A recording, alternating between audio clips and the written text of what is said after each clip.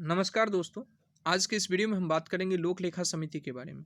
तो दोस्तों, लोक लेखा समिति जो है सो अभी हाल ही में 100 वर्ष पूरे किए हैं। और ये समितियां जो हैं सो 3 वित्तीय संसदीय समिति होती है, जिसका नाम है प्राक्कलन समिति, दूसरा है सार्वजनिक उपक्रम समिति और ये तीसरा है लोक लेखा समिति। ठीक है दोस्तों। संसदीय समितियां दोस्तों अनुच्छेद 105 और अनुच्छेद 118 इन दोनों के तहत जो है सो शक्तियां प्राप्त करती है। अनुच्छेद 105 जो है दोस्तों संसद सदस्यों के विशेषाधिकार और अनुच्छेद 118 संसद की प्रक्रिया एवं कार्य संचालन को विनियमित करने हेतु नियम बनाने के अधिकार से संबंधित है। ठीक है दोस्तों। नेक्स्ट पॉइंट है दोस्तों लोक लेखा समिति की स्थापना। तो दोस्तों लोक लेखा समिति जो है सो वर्ष 1921 में भारत सरकार अधिनियम 1919 के तहत जो है भारत सरकार अधिनियम 1919 के माध्यम से गठित किया गया था। ठीक है, जिसे माउंटफोर्ड सुधार भी कहा जाता है। लोक लेखा समिति का गठन प्रतिवर्ष लोकसभा की प्रक्रिया और कार्य संचालन नियम, ये एक रूल है दोस्तों। लोक लेखा समिति का गठन जो है दोस्तों प्रतिवर्ष जो है सो लोकसभा की प्रक्रिया और कार्य संचालन नियम के नियम 308 के तहत जो है सो किया जाता है। ठीक है। नेक्स्ट पॉइंट है दोस्तों इसकी सदस्यों की नियुक्ति। तो दोस्तों लोकसभा के अध्यक्ष द्वारा जो है सो लोक लेखा समिति के अध्यक्ष की नियुक्ति की जाती है। चूंकि यह दोस्तों समिति जो है सो कार्यकारी निकाय नहीं है, अतः यह केवल ऐसे निर्णय ले सकती है जो सलाहकार प्रकृति के हों। ठीक है। अगला है दोस्तों इसके सदस्य जो हैं सो इसमें वर्तमान में केवल जो है सो 1 वर्ष की अवधि के लिए 22 सदस्य होते हैं। लोकसभा अध्यक्ष द्वारा 15 सदस्य चुने जाते हैं और राज्यसभा के सभापति द्वारा जो है सो 7 सदस्य चुने जाते हैं। ठीक है। अगला है दोस्तों इसका उद्देश्य क्या है। तो लोक लेखा समिति का उद्देश्य है, इसे यह सुनिश्चित करने के उद्देश्य से तैयार किया गया था कि संसद द्वारा सरकार को दिया गया धन विशिष्ट या निश्चित मद पर ही खर्चा किया जाए। केंद्र सरकार के किसी भी मंत्री को इस समिति के सदस्य के तौर पर शामिल नहीं किया जाता है। ठीक है दोस्तों। तो केंद्र सरकार के किसी भी मंत्री जो हैं इस समिति के सदस्य के तौर पर शामिल नहीं किए जाएंगे। अगला पॉइंट है जो इसके कार्य क्या है। तो कार्य है दोस्तों सरकार के वार्षिक वित्त लेखों और व्यय को पूरा करने के लिए सदन द्वारा दी गई राशि के विनियोग को दर्शाने वाले लेखों को जांच करना, यानी कि सदन द्वारा जो भी सरकार को दिया जाता है राशि, उनका जो है सो उनके लेखों की जांच की जाती है। वार्षिक वित्त लेखों और व्यय को पूरा करने के लिए सदन द्वारा दी गई राशि के विनियोग को दर्शाने वाले लेखों की जांच करता है। ये लेखों की जांच करता है दोस्तों।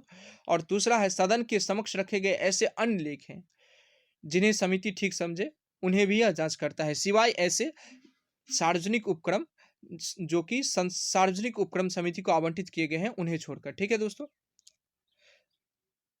आगे है इसका अगला और कार्य। तो सरकार के विनियोग लेखों पर भारत के नियंत्रक महालेखा परीक्षक सीएजी के प्रतिवेदनों के अलावा समिति राजस्व प्राप्तियां, सरकार के विभिन्न मंत्रालयों या विभागों द्वारा व्यय और स्वायत्त निकायों के लेखों पर नियंत्रक महालेखा परीक्षक के विभिन्न लेखा परीक्षा प्रतिवेदनों की जांच करना। ठीक है दोस्तों। यह समिति जो है सरकार द्वारा अत्यधिक खर्च के साथ साथ गलत आकलन या प्रक्रिया में अन्य दोषों के कारण हुई बचत की भी जांच करती है। ठीक है दोस्तों। अगला है संसद ये समितियों का महत्व। तो पहला पॉइंट है इसमें मंच प्रदान करना।